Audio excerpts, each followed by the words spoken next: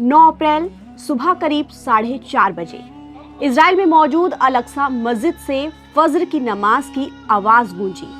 सभी नमाजियों को अल-अक्सा मस्जिद से बुलावा आया। जैसे ही मुस्लिम भाइयों के कानों तक अजान की आवाज पहुंची, हर मुस्लिम खुशी से झूम उठा, आंखें नम हो गई और सैकड़ों फिलिस्तीनी मुस्लिम अल-अक्सा मस्जिद में नमाज अदा करने के लिए दौड़ पड़े। ये नज़ारा बेहद भावुक कर देने वाला था। जैसे ही मस्जिद का दरवाजा खुला, कई लोग खुशी में रोते हुए नजर आए, तो कई ने सजदे में गिरकर अल्लाह का शुक्र अदा किया। 40 दिनों के बाद यहाँ पहली बार सामूहिक नमाज अदा की गई। अमेरिका इजराइल ने 28 फरवरी को ईरान पर जोरदार हमला किया था। इसी दिन अल-अक्सा मस्जिद को पूरी तरह से बंद कर दिया गया था।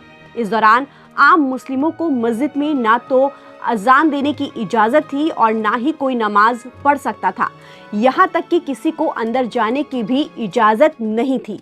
पिछले 40 दिन से मस्जिद सूनी पड़ी थी। अगर कोई अंदर जा सकता था तो वो थे मस्जिद के स्टाफ और जेरूसलम इस्लामिक वक्फ के अधिकारी। इस बीच फिलिस्तीनी के लोगों ने इस प्रतिबंध के बावजूद अल-अक्सा में ईद और बाकी फर्ज नमाज पढ़ने की कोशिश की, लेकिन इजराइल ने फिलिस्तीन के नमाजियों को मारा पीटा और उन्हें नमाज पढ़ने से रोक दिया।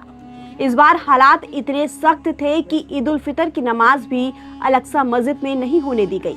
1967 से पहले यरूशलेम पर इजराइल के कब्जे के बाद ये पहला मौका था जब ईद की नमाज यहाँ रोक दी गई। इसको लेकर मुस्लिम देशों ने इजराइल की निंदा की और अल-अक्सा मस्जिद को खोलने की अपील की, जिसके बाद इजराइल ने आज यानी कि 9 अप्रैल को अल-अक्सा मस्जिद को नमाजियों के लिए खोल दिया। अब सवाल ये है कि अल-अक्सा मस्जिद इतनी खास क्यों है? करीब 35 एकड़ में फैला अल-अक्सा मस्जिद दुनिया भर के मुसलमानों के लिए अहम है, क्योंकि दुनिया भर के मुसलमान काबा से पहले अल-अक्सा मस्जिद की ओर रुख करके नमाज अदा करते थे। इसलिए अल-अक्सा मस्जिद के बंद होने पर दुनिया भर के मुसलमान नाराज थे।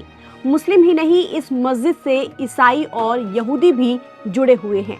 हजारों सालों पहले इस छोटी सी मस्जिद के लिए मुस्लिम, ईसाई और यहूदी आपस में लड़ चुके हैं। वजह इन 3 धर्मों में इस जगह की अहमियत बराबर है। ये मस्जिद जेरूसलम की उस जगह पर है जो हजारों सालों से दुनिया की विवादित जगह है। इसके लिए पहले मुस्लिम और ईसाई लड़े, जिसे धर्म युद्ध कहा गया, और अब यहूदियों और मुसलमानों में जंग हो रही है। कहा जाता है कि मुस्लिम खलीफा उमर इब्न अल खत्ताब ने 637वीं ईस्वी में जेरूसलम को जीतकर उस पर कब्जा किया और उसके बाद यहाँ एक मस्जिद को बनाया, जिसे दुनिया ने अल-अक्सा के नाम से जाना। अल-अक्सा का मतलब सबसे दूर की मस्जिद। कुरान में इस मस्जिद को लेकर जिक्र है कि पैगंबर मोहम्मद 621वीं ईस्वी में मक्का से यहाँ आए थे और इसी जगह से वो जन्नत की यात्रा पर गए थे। आज माना ये जाता है कि अल-अक्सा मस्जिद उस जगह पर बनी है जहाँ पैगंबर मोहम्मद ने पहली बार कदम रखा था। इस तरह से अल-अक्सा मस्जिद इस्लाम में मक्का और मदीना के बाद तीसरी सबसे पवित्र जगह के तौर पर जानी जाती है। इस मस्जिद के सामने एक और इमारत बनाई गई है जिसका नाम है डूम ऑफ द रॉक। कहा जाता है कि इसी जगह से पैगंबर साहब जन्नत गए थे। डूम ऑफ द रॉक को उमैद खलीफा ने अब्द अल मलिक ने बनाया था। वक्त बीतता गया और इसकी अहमियत बढ़ती गई। इस मस्जिद को लेकर ईसाई मुसलमानों में युद्ध हुए। यहूदियों के हिसाब से ये सबसे पहले यहूदी धर्म का धार्मिक स्थान हुआ करता था। यहूदी इसे टेम्पल माउंट कहते थे। यहूदी धार्मिक मान्यताओं के मुताबिक 1000 ईसा पूर्व किंग सोलोमन ने यहाँ यहूदियों के लिए मंदिर बनवाया था, जिसे बाद में तोड़ दिया गया। लेकिन एक दीवार अभी भी बची हुई है जिसे यहूदी वेस्ट वॉल कहते हैं। तो वहीं ईसाइयों के मुताबिक यहाँ सेंट मैरी चर्च था। ईसाई धर्म के हिसाब से जेरूसलम वही जगह है जहाँ जीसस सूली पर चढ़ाए गए थे और फिर उन्हें यहीं पर दफना दिया गया, जिसके बाद जीसस का पुनर्जन्म भी यही हुआ।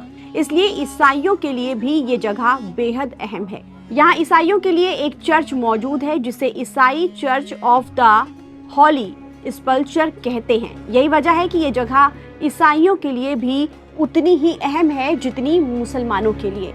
और अब ये अल-अक्सा मस्जिद के लिए जंग हो रही है। फिलहाल इस खबर में इतना ही। ताज़ा अपडेट के लिए आप बने रहिए नवभारत टाइम्स के साथ। नमस्कार।